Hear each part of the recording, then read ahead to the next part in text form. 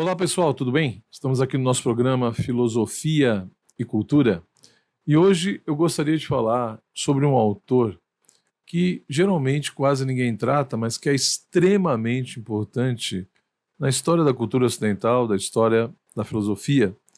Eu estou falando de Marco Túlio Cícero, né? O grande questão do pensamento ciceroniano, que teve uma relevância e uma influência muito grande na cultura ocidental e, evidentemente, dentro desse contexto romano. Infelizmente, muitas vezes, a filosofia romana ela é deixada meio de lado nos estudos filosóficos. E hoje, no nosso programa, eu gostaria de falar um pouquinho sobre a vida de Cícero, a sua importância e alguns elementos do seu pensamento. Mas antes de entrar, na vida, na obra desse autor, eu gostaria de te pedir mais uma vez, se inscreva no canal se você ainda não se inscreveu, compartilhe o vídeo depois, deixa aí o seu comentário, a sua sugestão, para que juntos nós possamos cada vez mais divulgar aí elementos da cultura filosófica e outros pontos da cultura em geral. Então Cícero é um autor, repito, que está dentro do contexto romano, vai ser um grande expoente da filosofia romana. Ele que nasceu no ano 106 em Arpino e morreu no ano 43 antes de Cristo, ele que foi assassinado pelos soldados de Antônio. Ele que foi um grande político, orador, defensor público, filósofo, etc. Tá? Ora, a grande questão é que, por um lado, evidentemente, uma parte da sua educação foi na sua própria cidade, em Arpino, e depois ele foi para Roma. E, portanto, desde jovem ele teve essa possibilidade de se aproximar da filosofia, mas com o tempo também foi sendo levado à vida pública e, portanto, à questão de uma participação política. Ele via a importância, a necessidade de se desenvolver uma literatura filosófica em Roma, e, portanto, ele foi um dos primeiros a fazer filosofia em latim. Por isso que é muito comum você pegar livros de história da filosofia, terem como subtítulo, Cícero, a filosofia que fala latim, porque ele realmente teve a oportunidade de estudar com estoicos, com epicuristas e outras vertentes filosóficas, como também com políticos, etc. E, portanto, é inegável que ele foi um homem que teve, repito, essa oportunidade de estudar em Roma, com tendências filosóficas diferentes, e ser uma pessoa profundamente letrada, que não só dominava toda essa questão do latim, mas também do grego.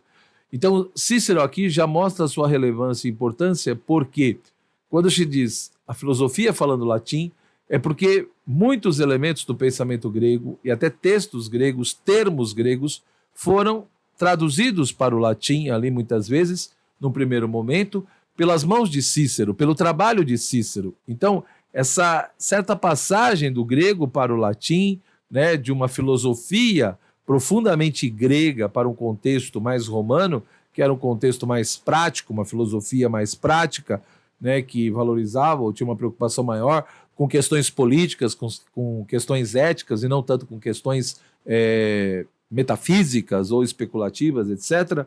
E nós vamos ver que não é à toa que Cícero, por mais que ele tenha essa admiração pela filosofia, pela busca da sabedoria, ele de fato vai escrever até uma obra chamada Hortênsios, como é testemunhado por Santo Agostinho, que era uma verdadeira exortação e elogio à filosofia, a busca de não se deixar levar apenas pelas paixões, mas de se buscar realmente a sabedoria, a verdade, a compreensão das coisas.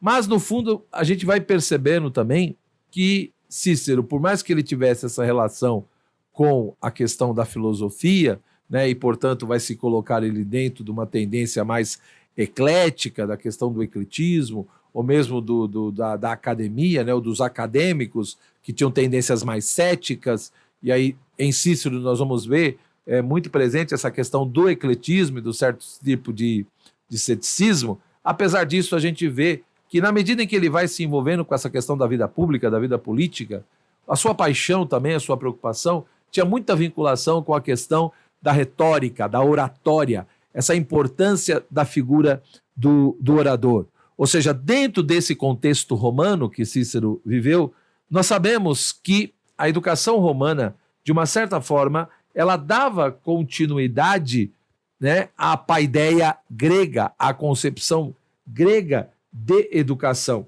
E, portanto, né, a humanitas romana, ela tinha também aquele ideal, né, de formar o homem, né, esse ideal educativo mais cosmopolita, mais universal. Ou seja, quando nós falamos em humanitas romana, nós estamos falando daquilo, né, de uma proposta educacional que tem como finalidade, né, ajudar o homem a ser cada vez mais homem. Ou seja, a humanitas é aquilo porque o homem se torna mais profundamente homem. Então, é um ideal, de fato, repito, educativo, cosmopolita, né, universal, a atingir um certo tipo de modelo de homem.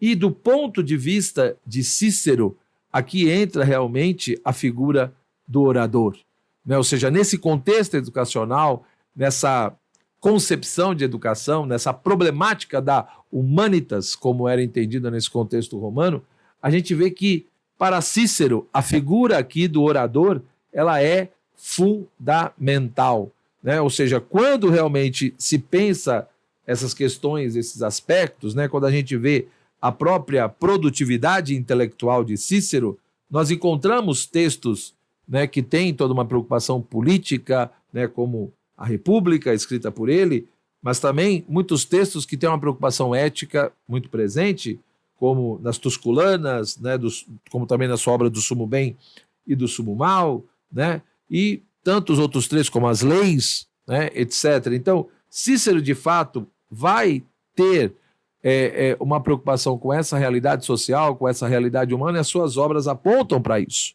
né, mostram essa preocupação, e também aqueles elementos do ecletismo, ou de um certo tipo de ceticismo, como eu mencionei aqui. Mas, nesse contexto todo, é nítido que a figura do orador, ela também ocupa um lugar extremamente importante. Ou seja, há um certo tipo de ideal que deve se buscar e que perpassa justamente, né, por essa questão da figura do orador. Tanto que Cícero vai ter uma obra chamada De Oratore, sobre o orador, né, onde ele procura mostrar que o verdadeiro orador é aquele que tem, evidentemente, toda uma capacidade de falar, toda uma capacidade retórica, toda essa questão da eloquência, mas também é preciso ser portador de uma riqueza de cultura, né? E, portanto, ter toda uma capacidade de participar na vida social, na vida política, ou seja, na estrutura, né, do discurso, da oratória. Cícero vai deixar bem claro, né, que nós temos três elementos que são importantes, ou seja, o ensinar, que é uma necessidade, o deleitar, que é um prazer, né, e o comover, que é uma vitória. Então, quando ele de fato pensa nessa questão da oratória, na figura do orador, ele vê claramente essa importância de ter essa capacidade, né, de ensinar, de deleitar e de comover ao mesmo tempo. Ou seja, o grande objetivo, né, o essencial do orador seria justamente a instrução. Mas para isso ele tem que saber não só ensinar, mas também conseguir deleitar, conseguir comover, para que de fato ele atinja o seu objetivo. Por outro lado, Cícero também deixa bem claro que um orador, ele não pode ter apenas um domínio técnico, ou seja, um orador deve ser um homem de bem. Ele deve ser, portanto, possuidor de uma sólida preparação cultural. Mas mais que isso, né, além dessa sólida preparação cultural, essa capacidade de viver na sociedade, de envolver com questão de política, né, e de dizer que ele precisa ser um homem de bem, significa que, por um lado, evidentemente, as qualidades técnicas são fundamentais, né? Ou seja, se eu quero ser um verdadeiro orador, evidente que eu preciso ter toda uma capacidade de eloquência, eu preciso saber usar as palavras, eu preciso ter uma formação ampla, eu preciso conseguir persuadir e dominar determinadas técnicas. Mas além disso, ou seja, além do domínio da técnica, além das qualidades técnicas, dessas habilidades, tudo isso precisa estar ligado a qualidades morais. Ou seja, o elemento aqui da virtude também vai ser um componente extremamente importante e ressaltado por Cícero, né? Então, a justiça, a honestidade, a grandeza de espírito, etc., etc., vai ser muito salientada por ele, mostrando que, de fato, nós precisamos, né? O orador, ele tem que ter as qualidades técnicas, mas profundamente vinculada a qualidades morais. Ele tem que ser não só apenas alguém extremamente competente, que domina a arte da eloquência, mas que também seja alguém de bem, portanto, alguém virtuoso, né? Isso posto, nós vemos então que em Cícero, né, vamos encontrar, por um lado, um representante, né, do ecletismo, ou seja, um representante dessa corrente filosófica no contexto romano. Mas o que seria esse ecletismo ciceroniano, né?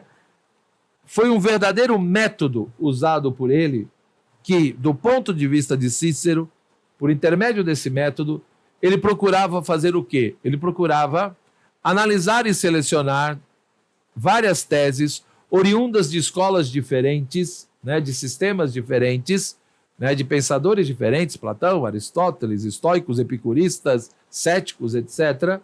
E, na medida em que ele selecionava teses distintas provenientes de escolas diferentes, ao mesmo tempo ele procurava reunir tudo isso num todo, de uma forma nova e original, né? Esse é o método eclético de Cícero. Mas, ao mesmo tempo que ele tem esse ecletismo, ele tem também um certo tipo de pitadinha cética, digamos assim. É o que alguns vão chamar de ecletismo acadêmico, né? Ou seja, os acadêmicos também eram um certo tipo de céticos, né? Ou seja, provenientes da Academia de Platão, que seguiam um ceticismo mais probabilístico, ou seja, Cícero vai pegar aquele tipo de ceticismo que defende a ideia do provável, a ideia do razoável, ou seja, eu vou olhar o pró e o contra, né?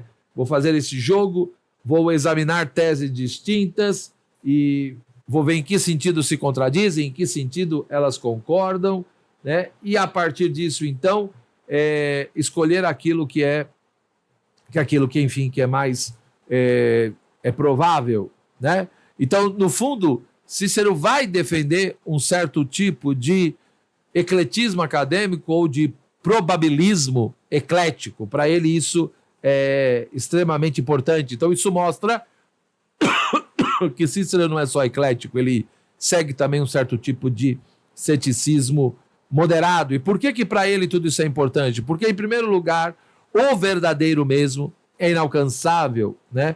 E no entendimento dele, o dissenso dos filósofos já mostraria isso.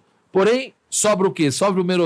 Resta o verossímil, o provável, que se não são o próprio verdadeiro, são o que deles mais se aproxima. Então, eu não atinjo o verdadeiro, mas atinjo o provável, né? E, portanto, ele entende que é isso que nós temos, é isso que é o possível, é isso que é o mais próximo, né? E para se atingir, de fato, a sabedoria e conduzir a própria vida, nós precisamos, querendo ou não, de um critério de verdade, né? Ou seja, para Cícero, a filosofia, ela deve buscar a sabedoria. E buscar a sabedoria significa, de uma certa forma, conseguir apontar qual é o sumo bem, qual é a natureza do sumo bem, onde ele está, em que consiste, né? Mas como que a filosofia, veja, vai nos ajudar a buscar a sabedoria? E para buscar a sabedoria tem que estabelecer qual é a natureza do sumo bem. E ao estabelecer a natureza do sumo bem, é óbvio que aí a filosofia estaria ajudando a vislumbrarmos, de uma certa forma, qual é o fim do homem, qual é a finalidade da vida humana. Então, a filosofia precisa apontar qual é o fim da vida humana, qual é o fim último do homem. Bom, se ela precisa apontar qual é o fim último do homem, ela precisa apontar de fato qual é esse caminho da sabedoria, ela precisa apontar qual é a natureza desse sumo bem, porque o fim último do homem, de uma certa forma, está vinculado a essa sabedoria, a esse sumo bem. Para isso, é preciso estabelecer, né, um critério de verdade. E o critério de verdade para Cícero, né, é o testemunho dos sentidos, não como certeza absoluta, mas como algo provável, né, ou seja, no nível da probabilidade. O sentido comum, ou seja, o consenso universal dos homens, né? Então serviria também como critério. Ou seja, esse sentido comum, o fundamento dele é a natureza humana, que nos deu não só disposições naturais para a virtude, mas que também gerou aprendizados de grandes coisas para alcançar as mesmas virtudes, né? Ou seja, determinadas noções nos foram dadas naturalmente, né? Então, parece até que alguns vão defender um certo tipo de natismo em Cícero, né? Então, o que é interessante, o que nós encontramos em Cícero, de fato, repito, né?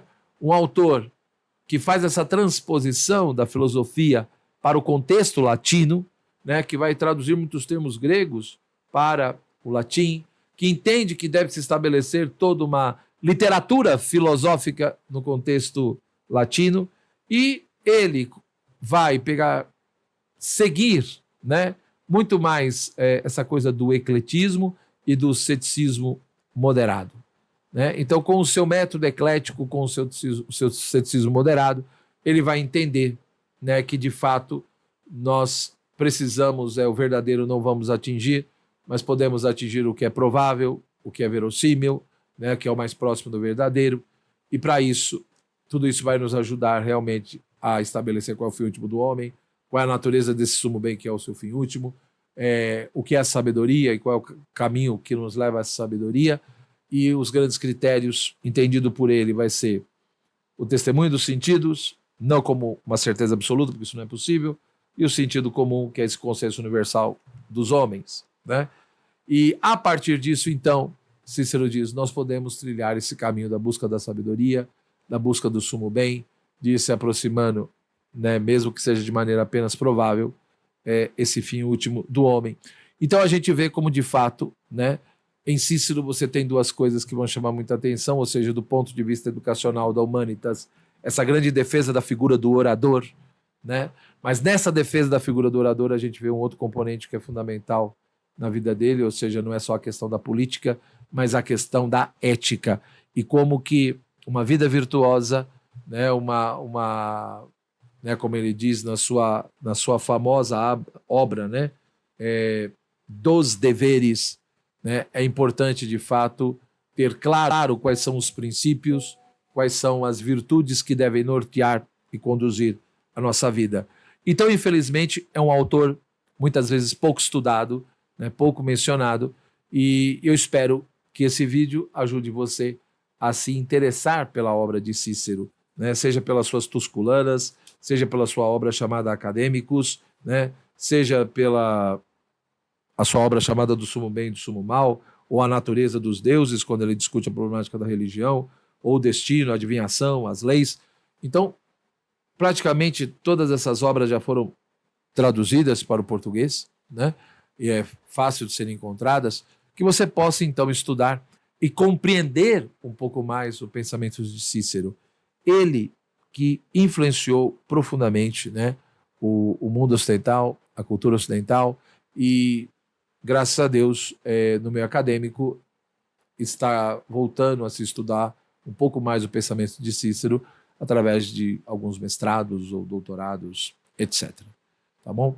Muito obrigado pela sua atenção, um forte abraço, né? E se você puder compartilhar esse vídeo, se inscrever no canal, deixar o seu comentário, isso nos ajuda muito. Eu agradeço. Tchau, tchau e até nosso próximo episódio do nosso programa Filosofia e Cultura.